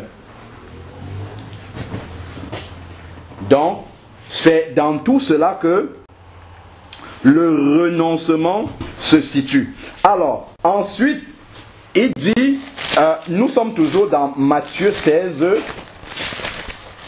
au verset 24. Nous sommes en train de décortiquer, c'est l'un des versets les plus essentiels de la parole de Dieu. Si nous arrivons à comprendre ce verset et surtout à l'appliquer, à vivre selon ce verset-là, je crois que notre vie chrétienne est une vie qui glorifie vraiment le Seigneur. Ensuite, qu'il se charge qu'il renonce à lui-même. Hein? C'est-à-dire qu'il accepte volontairement que son moi meure. C'est ça renoncer. C'est une question du moi. Il faut que le moi meure comme Jésus est mort à la croix. Donc il accepte, c'est pas quelqu'un qui lui arrache son moi. Comme Jésus, quand il a parlé à Pilate, il a dit mon royaume n'est pas de ce monde. Ce n'est pas qu'on m'ôte la vie, c'est moi qui donne ma vie. Donc c'est quelque chose de volontaire. Comme aussi, c'est Philippiens qui le dit, il s'est dépouillé lui-même. Donc il a pris, quand Jésus nous demande de faire quelque chose, c'est parce qu'il a fait d'abord avant nous. Hein. Et lui-même, il a d'abord été dans l'obéissance à ce qu'il nous demande de faire. Il a renoncé lui-même et il est venu justement pour accomplir cela. C'est dans... Alors, ensuite maintenant, c'est dans Philippiens, qu'il se charge de sa croix. Quand on dit qu'il se charge de sa croix, souvent on ne comprend pas bien. Déjà dans le qu'il se charge de sa croix, qu'est-ce qu'il y a? Ce n'est pas qu'on le charge d'une croix. C'est que la personne prend elle-même sa croix et elle pose sur son dos et elle marche avec. Donc c'est pas quelque chose qui... Souvent un accident nous arrive, hop, on dit je porte ma croix. Non. C'est quelque chose qui ne dépendait pas de toi, qui t'est arrivé et tu es peut-être dans une souffrance. Mais porter sa croix, ça veut dire c'est une souffrance volontaire que j'accepte pour le nom de Christ. Je sais qu'en prenant telle décision, c'est en accord avec la parole de Dieu, mais on va me rejeter à cause de ça. Je prends quand même la décision. Donc, et je sais ce que ça va me coûter. Je sais que ça va me coûter très cher, mais je prends cette décision pour que Dieu soit glorifié. C'est ça, porter sa croix. Les gens vont peut-être me rejeter, la famille va peut-être me mettre en quarantaine, mais j'ai pris cette décision-là. C'est ça la croix. C'est une souffrance volontaire pour le nom de Jésus. Et dans Philippiens 4, du verset 2 au verset 8, il va nous apprendre, l'apôtre Paul va nous apprendre à rechercher d'abord, au lieu de chercher d'abord nos intérêts, chercher l'intérêt de l'autre. Parce que c'est cela, quand le moi va mourir à la croix, puisque moi n'existe plus, vers qui je vais me tourner? Vers Jésus et les autres, c'est tout ce qui reste. Parce qu'il y a trois personnes, il y a moi, il y a les autres, et puis il y a le Seigneur. Donc, si le moi n'existe plus, il ne reste plus que les autres et le Seigneur. Et là maintenant, je vais entrer véritablement dans le service de Dieu. C'est un frère qui disait encore que la conjugaison humaine, c'est je, tu, il. Mais la conjugaison de Dieu, c'est dans le sens inverse. C'est il, c'est-à-dire Dieu. Tu, c'est-à-dire mon prochain, et je viens en dernier lieu. Donc moi, c'est je m'oublie moi-même pour me rendre en bénédiction aux autres. Là, on a compris la croix. Parce que si Jésus se regardait lui-même dans sa condition, il existait en forme de Dieu, comme nous dit Philippiens, il n'avait besoin de rien. Mais il a laissé tout cela et il est descendu pour accomplir notre salut à la croix. Voilà ce que ce renoncement-là nous appelle à faire. Quand on parle de renoncement, il y a cette volonté-là de le faire. Quand je regarde par exemple, on parle beaucoup de sanctification extérieure. Bon, ok. Les femmes ne doivent pas faire ceci, elles ne doivent pas faire ceci, ainsi de suite. Il y a beaucoup de sœurs qui m'écrivent sur Internet, qui me menacent presque, parce que je ne prêche pas que la femme ne doit pas porter le pantalon. Elles ont renoncé au pantalon. Non, je vais changer. Elles ont accepté de ne plus mettre le pantalon. Mais pourquoi elles ont besoin qu'un serviteur soit là pour mettre la pression pour que les gens le fassent? Parce qu'il n'y a pas le renoncement derrière. C'est ça. Ce n'est pas volontaire. Elles ont subi une pression extérieure et elles ont pris une décision. Et ça, c'est pas ce que Dieu veut. Ce que Dieu veut, c'est un renoncement volontaire. On a vu la définition de renoncer. Renoncer, c'est cesser de penser à la chose. C'est pas d'obliger les gens à faire la même chose que soi. C'est quelque chose qu'on a accepté. Dieu, parce que je t'aime. Parce que je veux répondre à la croix. Je veux répondre à cet amour que tu as manifesté à la croix. Quand je regarde le monde dans lequel je vis, je vois que, bon, il y a les filles dans le monde peut-être s'habillent comme ça. Moi, je vais faire différent. Je vais faire différemment pour agréer justement le nom de Jésus. Et là, ça a du prix pour le Seigneur. Après, on va dire, oui, Deutéronome 22, verset 5, ainsi de... Oui, Deutéronome 22, verset 5 dit, la femme ne doit pas, l'homme ne doit pas mettre les habits de la femme, ainsi de suite. Mais tous les versets qui sont dans l'Ancien Testament sont repris dans le Nouveau Testament quand ça s'applique pour les chrétiens. C'est naturellement repris. Et comment ce verset-là est repris dans le Nouveau Testament? Jésus dit, nettoie d'abord l'intérieur, je crois que c'est dans Matthieu 23, afin que l'intérieur nettoyé soit manifesté à l'extérieur. Donc, cette sanctification-là que nous manifestons dans l'habillement extérieur viendra naturellement lorsque l'intérieur sera changé. Donc, si c'est un renoncement volontaire, il n'y a absolument aucune pression à mettre. Certains ont pris cette décision parce qu'on leur a dit que quelqu'un est revenu de l'enfer et qu'il a vu des filles là-bas avec le pantalon. Non, ce n'est pas ça qui doit amener quelqu'un, non. C'est Seigneur, je veux être différent, je décide de renoncer. J'ai déjà eu l'occasion d'expliquer Deutéronome 2, verset 5, que c'est une question de travestisme derrière, en fait. C'est que la femme ne doit pas mettre le vêtement de l'homme dans le but de ressembler à l'homme, dans le but de se travestir pour prendre l'autorité sur l'homme. C'est ça qu'il y a derrière. C'est le lesbianisme et l'homosexualité qui est derrière ce verset-là. Ce que le Nouveau Testament dit, c'est de s'habiller décemment. Je veux que les femmes paraissent d'une manière décente fassent ceci. Voilà ce que l'apôtre Paul dit.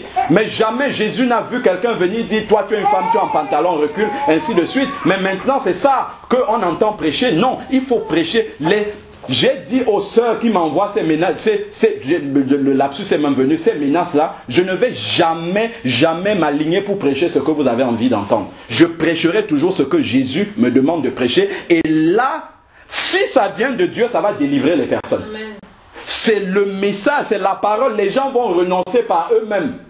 Comme dans Acte 2, verset 37, quand Pierre a prêché la résurrection de Jésus, les gens ont dit, mais qu'est-ce que nous avons fait? Nous avons crucifié le Messie. Le cœur a été vivement touché. C'est pas Pierre qui a lancé l'appel, qui a dit, venez donner votre vie au Seigneur. C'est eux qui ont dit, frère, que devons-nous faire?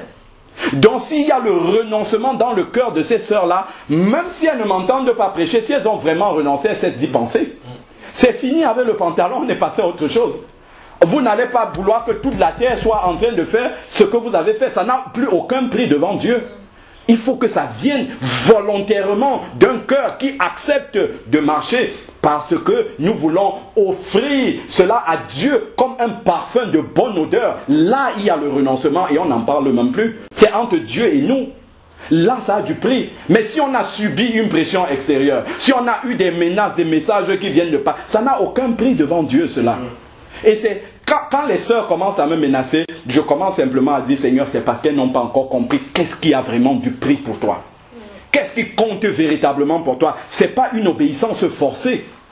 C'est une attitude qui vient du cœur de quelqu'un qui a compris ce que Jésus a fait pour lui. Et qui dit, Seigneur, je veux être... C'est volontaire. C'est cette volonté-là qui doit avoir derrière. Et c'est ça qui a du prix. Le renoncement. Si on a subi une pression, il n'y a pas le renoncement derrière. Et ça, quand il n'y a pas le renoncement derrière, c'est quelque chose, on va toujours chercher. Parce que si des gens prêchent dessus, oui, ça va nous permettre de continuer à marcher dedans. Si on arrête de prêcher de c'est fini, je ne peux plus maintenant. Non. Là, c'est pas bon. C'est pas bon. C'est pas la bonne façon de marcher devant Dieu. Ça. Alors, accepter d'être injustement traité. Ça aussi, c'est quelque chose qui découle naturellement de la croix. Luc 23, verset 13. Luc 23, verset 13. Luc 23, verset 13 dit, Pilate convoqua les principaux sacrificateurs, les chefs et le peuple. Alors, donc c'est de 13 à 15. Pilate convoqua les principaux sacrificateurs, les chefs et le peuple, et leur dit, vous m'avez amené cet homme comme entraînant le peuple à la révolte. Voici, je l'ai interrogé devant vous et je ne l'ai pas trouvé coupable. Aucune des fautes dont vous l'accusez. Donc Pilate a trouvé que Jésus était juste. Hérode non plus, car il nous l'a renvoyé et voici, cet homme n'a rien fait qui soit digne de mort. Donc, Jésus n'a pas mérité ce qui lui a été infligé. Mais par contre, il a quand même été crucifié. Et ça, c'est l'exemple. C'est l'exemple que ce n'est pas parce que nous avons fait des choses comme Pierre nous dit, si quelqu'un souffre, il doit souffrir comme suivant le Seigneur et non parce qu'il a été malfaiteur, ainsi de suite. Et Matthieu 10, verset 24 à 25 nous dit, il suffit aux disciples d'être traités comme son maître. Donc ça ne doit pas nous surprendre qu'on nous fasse certains mauvais traitements parce que nous sommes chrétiens. Souvent, certains sont tellement étonnés, mais pourquoi il me fait ça? Non, je faisais du bien, c'était pour suivre Jésus, mais pourquoi il me répond comme ça? Non, ça ne doit pas être une surprise pour nous. Jean 15, verset 18 à 19, dit que nous allons même subir de la haine de la part du monde. S'ils m'ont haï, vous aussi ils vous haïront. Donc ça ne doit pas nous étonner. Mais si nous sommes dans cette marche chrétienne avec les yeux centrés sur le Maître, la haine du monde va venir sur nous. Et ça ne doit pas nous surprendre. Nous allons subir des moqueries. Comme je disais une fois au Cameroun, quand on veut souvent invectiver quelqu'un, on lui dit... Tu es born again. C'est comme une insulte en fait. Alors que dans Jean, ici, Jean 3, Jésus a dit à Nicodème, si quelqu'un ne naît pas de nouveau, il ne peut même pas voir le royaume des cieux. Pour les gens, dans leur ignorance, born again, c'est une insulte. Alors que c'est la clé du salut pour entrer dans le royaume des cieux. Vous voyez, on peut se moquer de nous. Nous pouvons, et là je vais lire ce verset-là, c'est dans Jean 1, verset 11. Et ça aussi, c'est souvent le sujet de grande surprise. Jean 1, verset 11. Il est dit, c'est la lumière, la parole. Elle est venue chez les siens, et les siens ne l'ont pas reçue. Jésus est venu au milieu des siens, et les siens ne l'ont pas reçu. Matthieu 10 dit, il suffit aux disciples d'être traités comme le Maître. Regardons maintenant Matthieu 10 au verset 36. Ça surprend souvent aussi. Matthieu 10, verset 36. Matthieu 10, verset 36 dit, et l'homme aura pour ennemi les gens de sa propre maison. Les gens auront pour ennemis les gens de sa propre maison. Et il ne faut pas être surpris que nos proches qui ne sont pas convertis nous maltraitent, nous mettent en quarantaine, nous mettent à part à cause du nom de Jésus. Il ne faut pas que ça nous surprenne. Et nos proches qui sont peut-être dans la religion, nos proches qui sont dans les fausses doctrines, dans toutes sortes de fausses doctrines, il ne faut pas être étonné que si nous leur apportons l'éclairage du Seigneur, qu'ils nous rejettent. Le Seigneur a été rejeté par sa propre famille. Et la preuve d'ailleurs, c'est quand Jésus a été à la croix. Jésus a ressuscité des morts. Où était Lazare quand Jésus était à la croix? Où était la fille de Jairus? Où était le fils unique de la veuve de Nain qui a été ressuscité? Où était la foule qui était là pendant la multiplication des pains? Injustement traité. On a une sœur qu'on a eu l'occasion de conduire dans les eaux du baptême ici. C'est une ancienne catholique. Elle a subi une pression de sa famille parce qu'elle avait refusé d'aller dans un baptême de bébé. Une pression, la maman s'y est mise, les tantes, le mari, beaucoup, les sœurs, ainsi de suite. Elle a subi une grande pression. Mais la sœur a bien géré, parce que le jour de son baptême, le message avait été enregistré ici, c'était sur Matthieu 10 là, où le Seigneur nous avait conduit à dire que la persécution vient d'abord de la famille. La sœur a été rejetée. La sœur a été persécutée comme ça par la famille, ainsi de suite. Alors, au bout d'un certain temps, parce que c'était un ami de la famille, une amie de la famille qui baptisait son enfant. Et le Seigneur m'avait conduit à aller voir cette sœur-là après le baptême parce qu'elle est immergée dans une famille catholique, de lui apporter, justement de lui envoyer des enseignements pour montrer justement les abominations de l'église catholique, pour qu'elle comprenne vraiment que c'est Dieu qui l'a sauvée de sortir de là. Mais qu'est-ce qui s'est passé après? La sœur a commencé, elle est retournée à l'église catholique. elle a recommencé à aller dans ce milieu-là. Elle a renoncé à ce qu'elle avait de plus cher. Pourquoi? Parce qu'elle avait peur de la chair. Peur d'être rejetée pour le nom de Jésus. Voilà comment on peut commencer à arrondir, couper sa croix. Diminuer la puissance de Dieu. Sachons une chose. Vous avez vu Jésus dans Jean 6 qui était rejeté par ses propres frères. Qu'est-ce qui se passe dans Acte 1 à la fin? Acte 1 à la fin, le tout dernier verset de Acte 1. Ça, c'est un verset qui m'encourage énormément. Jésus, quand il a été rejeté par ses frères, jamais il n'a renoncé à faire ce que le Père l'avait envoyé faire. Il a continué. Mais, qu'est-ce qui se passe après? Verset 14, Acte 1, verset 14. Tous d'un commun accord persévéraient dans la prière avec les femmes. Avec Marie, mère de qui? Jésus, et avec qui? Ses frères. Jacques aussi, qui était le frère du Seigneur. C'est lorsque tu persévères en restant droit dans l'évangile que tu as reçu, même si la famille te rejette, c'est là que véritablement tu vas être utile pour ta famille.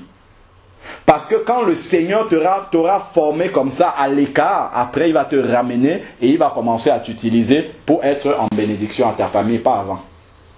Mais il faut accepter d'être injustement traité, comme Jésus a été injustement traité. Et nous devons le voir comme un sujet, justement, de réjouissance. C'est 1 Pierre 4, verset 13 qui nous le dit. Nous devons voir comme un sujet de réjouissance d'être traité de la sorte pour le nom de Jésus.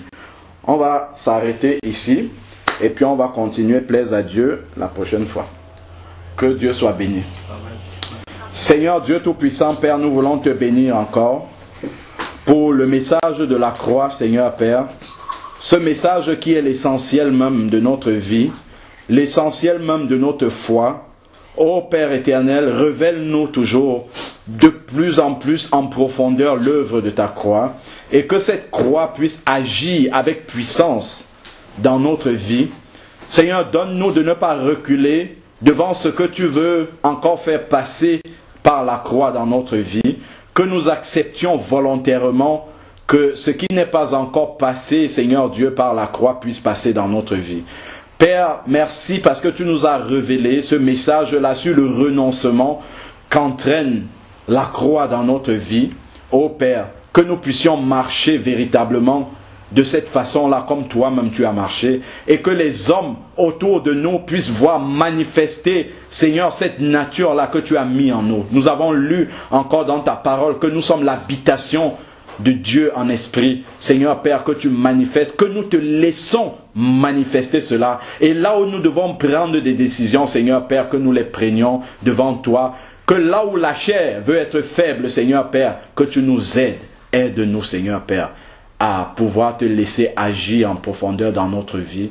Que ton nom soit béni encore. Seigneur, fais-le non seulement pour moi, mais pour tous nos bien-aimés qui sont là, qui écoutent ce message et ceux qui écouteront ce message-là. Au nom de Jésus-Christ. Amen. Amen. Amen. Qui est primordial dans notre marche tous les jours. Et ce que je retiens à travers ce message du disciple, nous on est des disciples, on a bien compris que le disciple c'est celui qui suit Jésus-Christ. Et donc il y a le renoncement qui vient.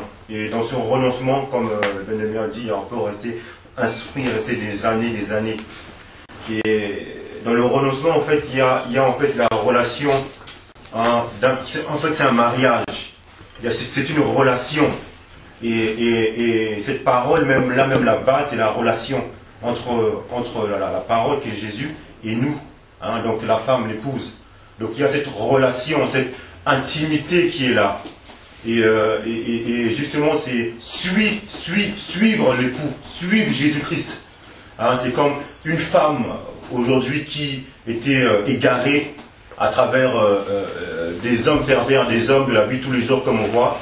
Et un beau jour comme ça, elle était assise dans un banc et elle voit un homme galant qui passe comme ça, avec toutes les, on parle en tant qu'humain, toutes les richesses du monde, la voiture, tout ce qui passe comme ça. Et l'homme se lève comme ça, il lui présente en fait ses richesses à l'intérieur. Et la femme, elle voit, elle dit, waouh, quel homme! Et l'homme commence un peu à lui présenter toutes les merveilles. Et la femme, elle ne peut que, à l'instant, se dire, mais non, mais ouais, je n'ai vu aucun homme. Et c'est là que la femme, maintenant, elle commence maintenant à suivre cet homme. Elle oublie même tous ces hommes derrière là, c'est fini. Parce qu'elle a rencontré un homme qui lui présente ses richesses. Donc on voit la relation. Et maintenant, comment est-ce que la femme a eu cet effort de pouvoir lâcher tous ces hommes-là? Parce qu'elle a rencontré un homme qui est au-delà de tous ces hommes. Et donc c'est ce qui fait la relation, l'intimité, qui fait que c'est une folie, quoi. C'est la folie de tout abandonner, la folie de tout lâcher. Parce qu'elle a rencontré l'homme, le Nazaréen, l'homme, Jésus. Et on voit donc dans le renoncement, en fait, il y a donc l'intimité, la relation d'un mariage, en fait, entre l'époux et l'épouse. Maintenant, qui va faire que l'épouse, la femme, va avoir cette force, cette capacité, au temps auquel on est, de pouvoir tout délaisser? Parce qu'il y a aussi des faux époux qui viennent pour empêcher justement, que cette femme puisse s'unir avec le véritable époux. Parce que les faux époux, ils viennent parce qu'ils savent déjà que la fin, pour eux, c'est fini. Ils ont été déchus de cette union, en fait, de cette relation. Et donc, ils viennent pour empêcher justement cette relation. Et c'est là maintenant qu'il y a en fait le travail. Il y a les faux époux qui viennent, donc le péché, les choses extérieures qui viennent. Et l'épouse, l'époux reste toujours là. Maintenant, l'intimité, la relation, relation entre l'épouse et l'époux, qui va faire plus je passe d'intimité avec l'époux, et plus uni, j'aurai la force de lâcher tous ces époux. J'aurai un dégoût même, un dégoût. Et c'est là où je veux en revenir. Moi, c'est ça où je veux en revenir, c'est que comment peut-on, avec les temps auxquels on est, faire face à ces choses qui viennent extérieures? Comment dire non au péché? Comment dire non à ces choses? Oui, il y a la volonté. Cette volonté humaine. On est humain, cette volonté. Maintenant, comment cette volonté peut se soumettre à la volonté de l'époux? Et en fait, ça va dépendre de la relation que j'ai avec l'époux. Cette relation, cette intimité, chaque jour. L'Esprit est en train de dire une chose, en fait, c'est que là, on a reçu une parole qui nous a fortifiés, enrichis. Maintenant, on a parlé de Jésus, tous les jours, on le manifeste. C'est une vie tous les jours. Là, on l'a reçu, ça nous a fortifiés. Maintenant, on va, le lendemain passe. Maintenant, est-ce que ce que je viens de recevoir, je veux toujours le garder, être toujours en relation avec l'époux? Parce que quand on va sortir, il y aura d'autres époux qui vont venir, d'autres choses qui vont venir. Voyez-vous, tout va dépendre maintenant de ma consécration, de ma relation que j'ai chaque jour avec l'époux. Et c'est ça qui va nous donner la force de dire non au péché. Là, rappelez-vous de la maison qui est bâtie dans cette terre-là. Et ensuite, on voit trois maisons. Et il y a cette maison qui est bâtie dans cette terre, enfin des épines, les épines sont là, tout ça et tout. Et une fois que la maison a reçu la parole, la maison en fait, la parole en fait est partie en fait, la maison en fait, nous, autant que chrétiens, en fait, la parole en fait s'est étouffée en fait. Et en fait, les épines en fait ramènent en fait au souci de la vie. Donc là aujourd'hui, on a reçu une parole. Maintenant cette parole, il faut qu'elle digère. Et cette digestion, en fait, qu'on appelle la méditation, c'est la relation que je vais avoir à travers ce que j'ai reçu. Et je garde l'époux qui est toujours là. Donc je passe du temps, je prends mon train, je vais aller là-bas, je suis toujours en train de voir tout ce que j'ai reçu. C'est une personne, il y a une relation, il y a une intimité. Et pendant toute cette relation, cette intimité-là, il se bâtit une force. Parce qu'il y a une union avec l'esprit, l'époux. On a bien dit que toutes les richesses, toute la plénitude est en Jésus-Christ. C'est le seul homme qui a eu, c'est le seul homme qui est venu pour affronter ces choses. Et puis il y a une victoire. Nous, on est incapables. Pour maintenant avoir la victoire au péché, il faut s'unir à Jésus-Christ, à la parole. Et ça, c'est chaque jour, c'est l'intimité, c'est la relation. Plus je passe d'intimité, plus de relation, et plus il croit en moi, il commence maintenant à se manifester en moi. Et puis je dirais non au péché. Comme l'a eu Abraham face aux yeux de bras, parce qu'Abraham était proche dans une intimité. Et là, maintenant, on va comprendre maintenant, et c'est là où je vais en venir, ces époux qui viennent. Parce que l'époux nous a déjà préparé déjà une place, bien avant, on l'a lu dans Éphésiens là, déjà préparé. et plus je rentre dans la parole de Dieu, et plus je vois déjà cette œuvre. Et maintenant, là, il y a des époux qui nous empêchent de voir l'œuvre, qui nous empêchent de manifester l'œuvre, en fait. Là, en fait, on va essayer d'exposer en fait ces faux époux qui viennent, ces choses qui sont extérieurement, qui nous empêchent justement de pouvoir être en relation constamment. Et Jésus, l'époux parfait, nous a bien avertis déjà. Regardez, les disciples demandaient à Jésus, disaient que quand les derniers temps, comment ça va se passer? Et Jésus répond aux disciples. Parce que l'époux nous prépare, l'époux a préparé déjà son épouse, il nous a déjà averti qui seront ces faux époux qui vont venir. Dans Matthieu,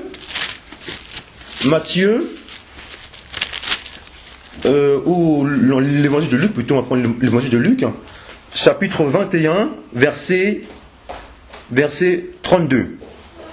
Luc, chapitre 21, verset 32. Là, notre époux nous avertit. Notre époux, comme il nous aime, l'épouse. Parce que l'époux savait que déjà l'épouse elle-même, qui doit être attachée à l'époux, hein, va avoir des rencontres d'autres époux, des rencontres d'autres types d'environnement. Il y a les médias, il y a plein de choses. Hein. Et là, l'époux nous a déjà préparés. Il dit donc au verset 32, « Je vous le dis en vérité, cette génération ne passera point, que tout cela n'arrive. Le ciel et la terre passeront, mais mes paroles ne passeront point. » Qu'est-ce que déjà l'époux déjà nous dit déjà? Il dit que les hommes, toutes les choses extérieures, toutes ces choses qui vont venir extérieures de nous, eux ils vont passer. Mais moi, le véritable époux, je serai toujours, je ne passerai pas en fait. La vie éternelle. Donc déjà, il se présente comme l'époux véritable, la vie éternelle. Hein? On a vu que en lui, il y a toutes ces merveilles, toutes ces richesses. Donc il se présente déjà par rapport à tous ces faux époux, que tous ces gens vont venir, mais eux ils passeront. Comme on le sait très bien que les hommes sont liés, mais la parole n'est pas liée. Donc déjà, il se présente déjà. Et ensuite, il dit maintenant, verset 34, maintenant il dit comment ces faux époux vont venir, quels seront les signes. Et là, chacun d'entre nous, on va se voir là. Parce qu'on passe tous par ces choses. C'est un moyen pour nous empêcher d'avoir la relation, l'intimité. Verset 34. Prenez garde à vous-même, de crainte que vos cœurs ne s'apesanttissent par les excès du manger et du boire, et par les soucis de la vie, et que ce jour ne vienne sur vous à l'improviste, car il viendra comme un filet sur tout ce qui habite sur la face de toute la terre. Veillez donc. Ensuite il dit maintenant, veillez donc, hein, et priez en tout temps, afin que vous ayez la force. Vous voyez la force? La force, hein, d'échapper à toutes ces choses qui arriveront et de paraître debout devant le Fils de l'homme. Amen. Devant l'époux, l'avènement. Parce que là, Jean-Baptiste disait, il disait dans Jean, on va toujours dire dans Luc, dans Jean-Baptiste, il disait dans Jean chapitre 5, verset 22, 25. Attendez, on va lire. Hop là. Jean chapitre 3, verset 27 à 30.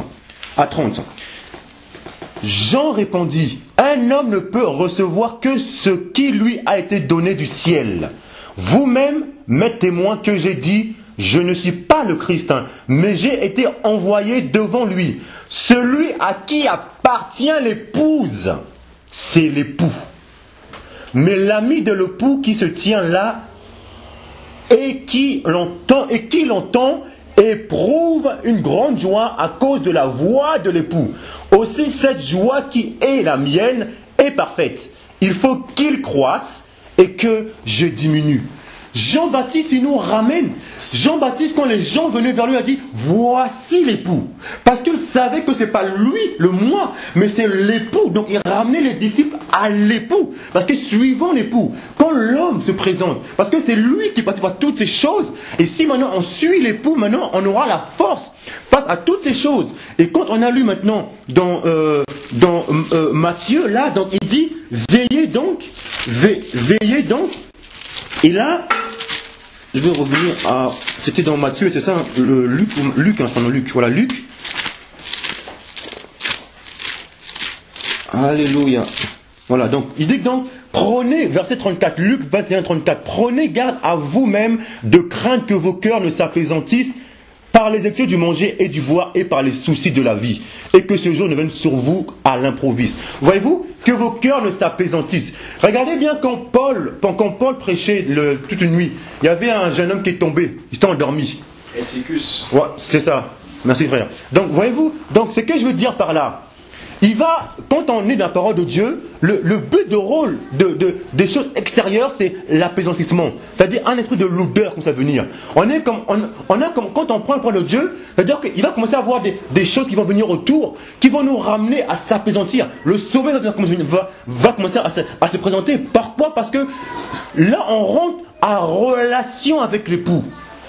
Et on sait que là, plus on est là, il y aura une force. Maintenant, ce qui va se passer, les faux époux, les vents qui vont venir, tout de suite pour nous ramener à s'apaisantir, c'est-à-dire comme l'esprit de lourdeur, les choses comme on va commencer à être fatigué. On va commencer à maintenant, une fois, regardons-nous, il y a des fois des moments où on est là, quand on regarde les choses, les médias, toutes ces choses, c'est bien, on ne dort jamais, on ne s'apaisantit jamais.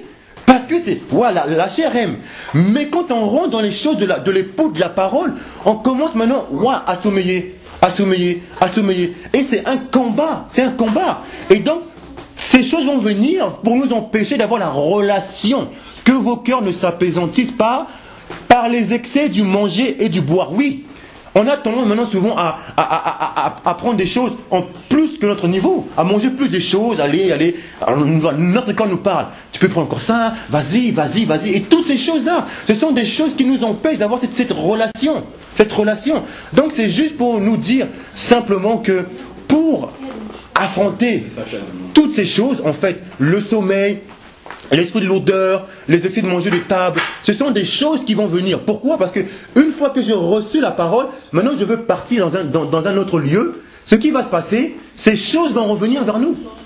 Et on risquerait par la suite, après, que ces paroles soient étouffées. Et ça, c'est le but justement des faux époux. Voilà pourquoi Dieu nous demande, à l'instant où on a reçu la parole, maintenant de considérer cela. Et là où je veux aller maintenant, je commence à me poser vis-à-vis de la parole de Dieu, là, et puis je dis, oh Seigneur, et puis en état de louange, pour que ces choses ne viennent pas justement tout de suite.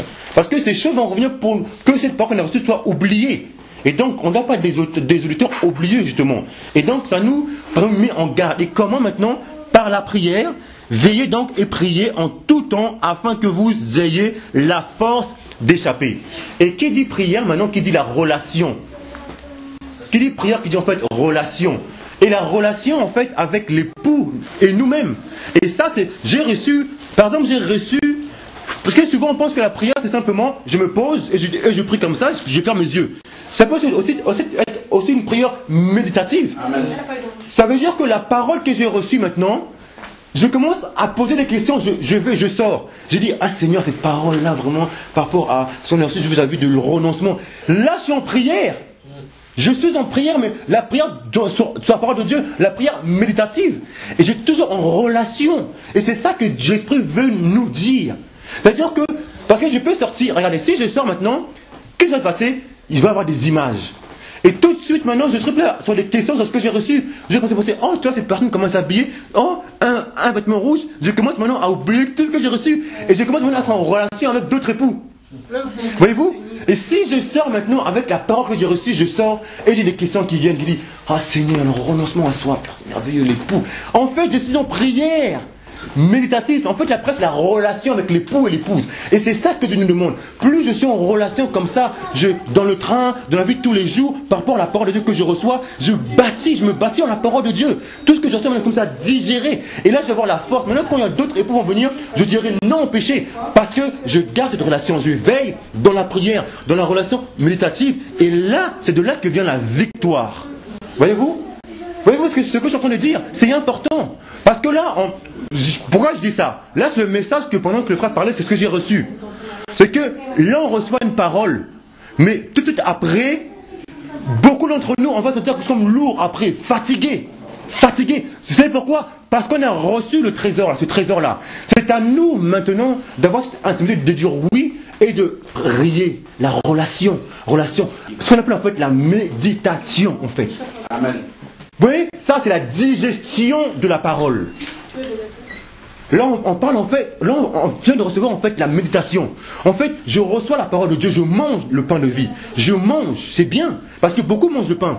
Mais ce que Dieu regarde par la suite, c'est la digestion. Et digérer, qui dit en fait méditer la parole de Dieu. Je rentre, l'esprit en moi, je communique, des questions se posent, retour. Et pendant que ça en fait c'est la relation, c'est l'intimité entre l'époux et l'épouse. Et c'est ça qui fait que maintenant, j'aurai la force de dire non au péché. Qui est incapable? On est incapable, mais c'est la relation avec l'époux et l'épouse qu'on dit non au péché. Amen. Alléluia. Donc tout ce qu'on a reçu aujourd'hui par l'Esprit de Dieu sur la croix, maintenant la croix c'est un chemin. Dans ce chemin-là, il y a l'assouplissement, l'excès de table, il y a le sommeil, il y a toutes ces choses que Dieu nous a déjà averties. Mais maintenant, pendant qu'on marche, on est en relation de la part de Dieu, en prière méditative, et là maintenant on bâtit une force entre la communion. Et ce qui fait qu'on dira